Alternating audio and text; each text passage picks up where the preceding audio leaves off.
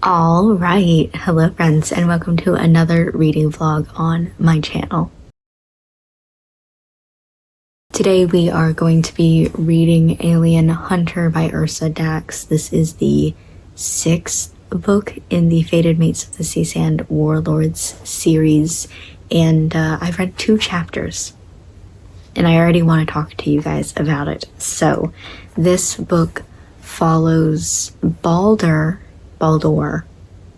who is the 4th Gon, a new Gon of a new tribe in this world, on this planet, I guess, and Theresa, who is one of the girls. And it's very interesting already, kind of getting to their introductions and who they are as people, because one of the very first things that we learn about Theresa is the fact that she was an orphan and she never really found a family to stay with, I don't want to say the term like forever family, because I think of that more for like dogs.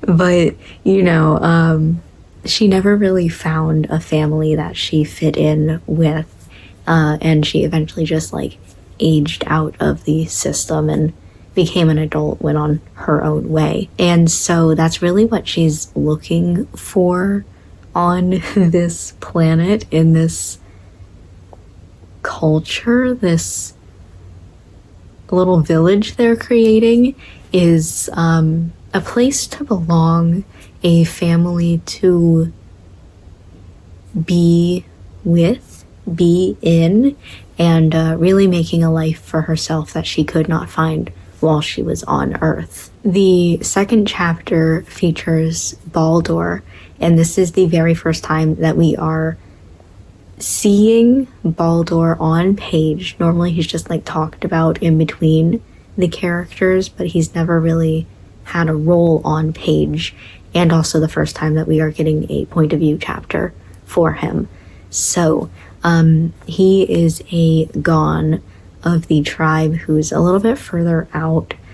He has been attacking some of the other tribes recently, but we really haven't focused on that much. Occasionally he pops up, but otherwise it's just a little footnote in the story. And the one detail that you find out about him that I thought was really interesting is the fact that he had a mate before all of this. It was someone that he knew in his tribe, and as he was coming back from the cliffs of Ursa, coming back from the Livrika, coming back from finding out who his mate is, his mate died.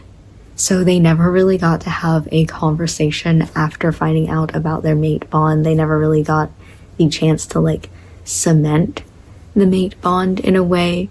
She was taken from him practically in the same instant that he found out. And so he's kind of lived his life from then up until this point. I don't know how long it's been since then, but he's lived throughout this time being okay, guess I'm not gonna have one then. But before the events of this book, he got called to the cliffs again, and he found out that he has another mate. Congratulations. And it is one of the, who we know as, the human girls, but for him it's just, I've never seen this creature in my life, but okay, sure, why not? And so he is on a mission. He knows that all of the human girls are living together with the 3 other tribes, but according to him, he thinks it's because the other tribes are keeping the girls there and that they don't want to share with everybody else. So he is currently gathering his men to set out on a mission to infiltrate, to attack the tribes in order to get the women. And so I just find this dynamic so interesting so far. I feel really bad for Baldor Baldor. I'm never going to be able to... I'm just going to call him Baldor. You know what? I've been trying to say it differently and not pronounce it like Baldur's Gate, but we're calling him Baldor now. I feel kind of bad for him because, like, I've read similar books to this before where characters have had a mate who ended up dying and are getting, like, a second chance at having a mate. But those were always, like, they at least got to interact with their mate a little bit, whether that was for years or like a few days, a few months, whatever. Whereas for him, like, he knew his mate, he knew who she was, and they had interacted before, but they never got to interact as mates. And so it's kind of like, oh man, that sucks. So I kind of feel bad, and I'm kind of happy that he is getting this chance. And I am interested in seeing the way that Theresa's past is going to go through with this, because, you know, like I said, she really desperately wants a place to belong. She wants to have a family and people in her life, but her mate is going to be like this enemy guy who keeps attacking them. So I'm very interested in seeing if she will put her feelings to the side and not be nice to him, not want him because he has thus far been an enemy, or if, like, she's going to immediately say that that's okay and that she forgives him for, you know, attacking them 3 times at this point. I don't know. It's been like such minor things that it's like it doesn't really matter. And what his reaction is going to be to finding out that, like, the girls are not being coerced into being here. This is just where they want to be, and in fact, they are bullying the other 3 tribes to staying in this area with them because they don't want to go over there. They want to stay where they are. So I'm very excited about this book. I hope that you're excited to hear me ramble about it, because I will be rambling about it. I'm gonna hop back in, and hopefully by the end of this video I'll cut my bangs because they are in my face. Okay, so I am 43% of the way through this book already, and I figured I should probably take a pause to tell you guys a little bit about it, and then maybe also take a pause to go to bed because it's currently 2 a.m. But to be fair, I started this at like 12:30, so anyway, so far I'm really liking the dynamics between these 2 characters. He is very aggressive in the way that all of the guys are, you know, where their culture is very aggressive and warlike, and they are under, you know, the assumption that they don't really work together, a long history of, you know, battles and things like that. And so he comes into where all the other tribes are, like, ready for a war, ready to start fighting. And meanwhile, she's like really nice, but basically he'll like threaten someone, or he'll just be like, you know, a little bit mean, and she's like, stop. And I'm really liking that dynamic, but like I said, she's also really nice, so she doesn't mean it in like a, I guess in the same way of like Chapman and Follow, you know, where Follow does something like crazy aggressive and Chapman's like, I will beat you up.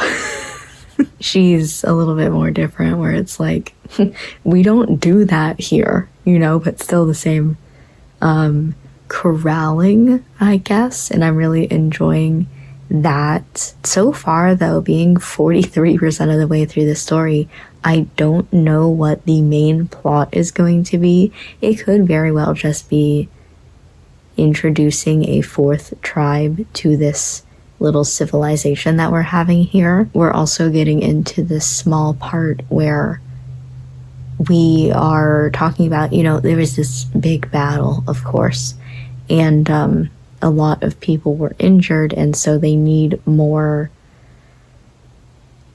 I don't think that I've ever explained this to you guys. So the Lavrika, the snake of soulmates that I've talked about before, the blood is really good at like healing. You basically like smear the blood on an injury and it's healed. So there's this big battle. They had jars of the Lavrika's blood and they are running out. Their supplies are getting kind of low. And so right now we're in this scene where Theresa and Baldor are heading to go and like refill the jars. It kind of seems weird to me that it would just be that, they just go, they refill the jars and they come back, but also simultaneously I'm like, are we going to get into some sort of trouble on the way there? Or I don't know what's going to happen, but I do know that it's 2 a.m. and I need to go to bed. So I will continue reading tomorrow. I'm really enjoying this though. I'm really liking them and their dynamic, and I'm excited to see more of it. Ooh, a change of scenery. How exciting. Ooh, I finally moved my desk chair. My second desk chair over to this desk. I have been using an armchair that I can't move, but then I'm always like, the computer's too far away, and I'm like trying to use the computer like this. So I finally moved it today, and I brought this chair over, and now I can sit and edit at my desk. Incredible. Anyway, so I read the rest of that book without telling you guys anything because, to be honest, there wasn't much to tell you. It was very nice to have a book that was a little bit more slower, a little bit more not that much happening, like plot-wise. I didn't know that I needed that until I read this, and I was like, wow. This is, in fact, a much-deserved break from the rest of the crap that has been happening in the series. And we got some new information, but it's more things that are going to happen in later books. We were mostly focusing on the integration of Baldur's tribe into the other 3 tribes, getting all 4 together in the same area. And we got little bits and pieces of the 5th tribe, which apparently lives in a place called the Death Plains.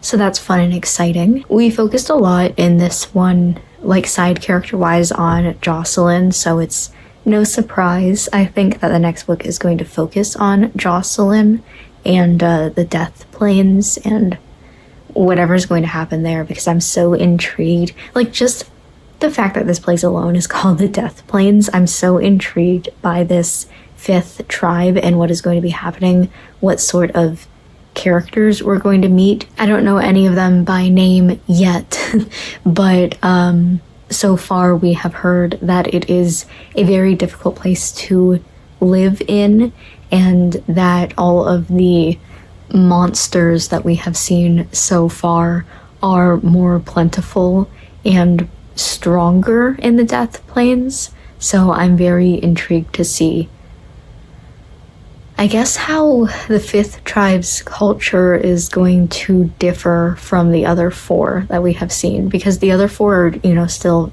fairly aggressive, but it's mostly with each other, whereas this 5th tribe is a little bit further away from everybody else and seems to stick mostly to itself and the horrors surrounding it. So I'm very excited to get into the next book. We also focused a lot on Baldur's second in command, Zion, which I'm sure that he's going to get his own book. I don't think it's going to be with Jocelyn, because we put such an emphasis on the Death Plains. It just seems like that is the next part of the story to this, and Jocelyn was such a important side character in this, such a featured side character, that I'm sure the next book is going to be about her. This book wise, though, like I said, somewhat slower paced, somewhat more slice of life, and it was a much needed little break from all of the other plot heavy things that I have been reading so far, so it was nice. I don't think that these two are my favorite, of course, but they rank probably pretty high up there. I liked Baldor. I liked hearing about his past experiences and the way that losing his previous mate before they had even like met as mates, like they were friends. I would almost go as far as to say that they were like best friends, but they never knew each other as mates because as he was coming back, she died. And so it was very interesting to see the way that that had shaped his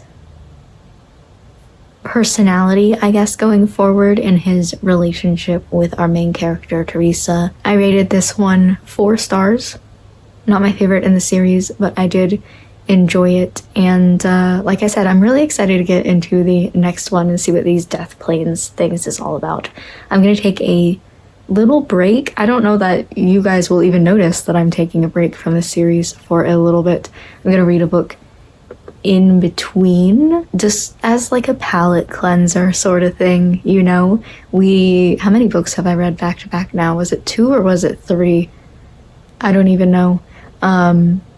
But like every so often you just need a little palate cleanser to get out of the same monotony over and over again. Not that I'm not liking the series, but after a while it's just like, okay, I need to focus on something else, you know? I will do that, and then I will head into, I think the next one is Alien Victor, which makes sense plot-wise with some of the stuff that went on with this. Like, I don't even have to look that one up to see that it's the next book. It just makes sense title-wise with what I have been hearing about the death planes so far. So we will meet up again while I am reading that. This video is a little bit of a shorter one, but there wasn't that much to talk about, and sometimes that's okay. I'm gonna go ahead and end this video here for now, though, so thank you for watching this video. I hope that you enjoyed, and I will see you in the next one for some more Fated Mates of the Sea Sand Warlords. Yippee!